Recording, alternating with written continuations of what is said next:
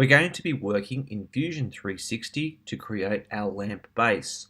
Our lamp base is quite complicated and relies on us getting our measurements very precise.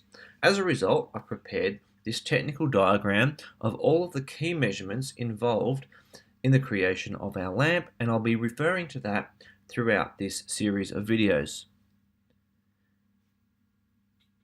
The first thing that we're going to be drawing is the actual main section of the lamp base, the main rectangle or the rectangular prism on which it is based. I'm going to create a new file. I've already done that in Fusion 360. First thing I'm going to do straight away is save it, and I'm going to call this lamp base.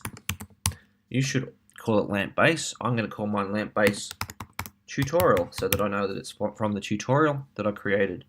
I'm going to hit save, and I now have that saved and ready, which means that if I lose any files or my computer crashes, I should be able to recover it and I won't lose my files. So the first step you should do is save your work. Now we're going to draw our first rectangular prism in order to create our lamp base. The first three measurements we need are the width, the height, and the depth. If we go back to our diagram and look at the top view over here, we can see that the length is 58, the width is 44, and then we go down to the side view here, we can see that the height to the top just here is going to be 25. So let's go back to Fusion 360. 58, 44, and 25 are the measurements we need. If you have printed out the diagram, you should be able to refer to this on the sheet. So let's go with it. I'm going to create a 2-point rectangle. I'm going to put it on the base down here. I'm going to draw out my rectangle, and I'm going to type in the numbers using the dimension key. So I'm just going to have a rectangle, and then I'm going to use dimension. Normally I'll use the D shortcut. So now I've got the dimension here.